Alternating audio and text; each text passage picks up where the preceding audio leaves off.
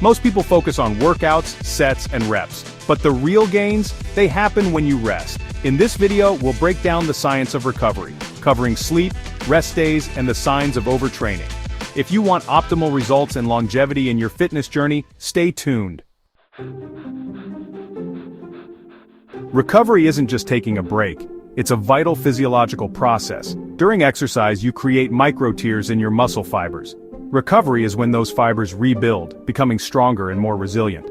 Hormones like testosterone, growth hormone, and IGF-1 spike during deep sleep and rest periods, driving muscle protein synthesis, the biological process behind muscle growth.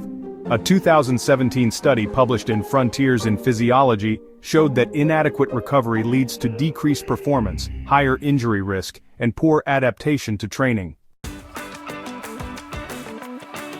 Sleep is the cornerstone of recovery.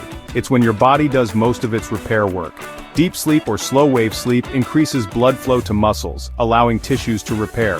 REM sleep supports neurological recovery, crucial for motor learning and coordination.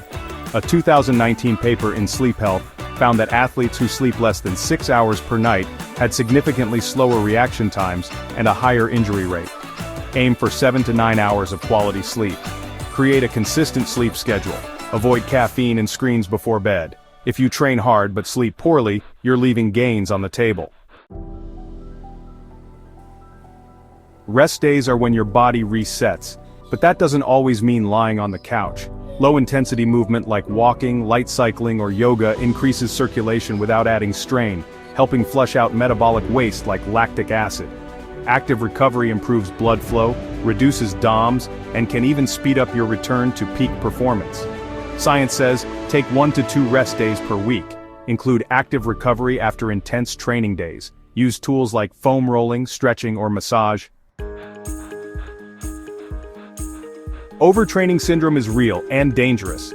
It's when recovery time can't keep up with training volume. Persistent fatigue, decreased strength or endurance, and an elevated resting heart rate are key physiological symptoms. Mood swings or irritability and poor sleep quality are also signs. Overtraining can spike cortisol levels, impair immunity, and even reduce testosterone in men and estrogen balance in women. A 2020 review in Sports Medicine linked overtraining to prolonged performance declines requiring weeks to months to recover fully.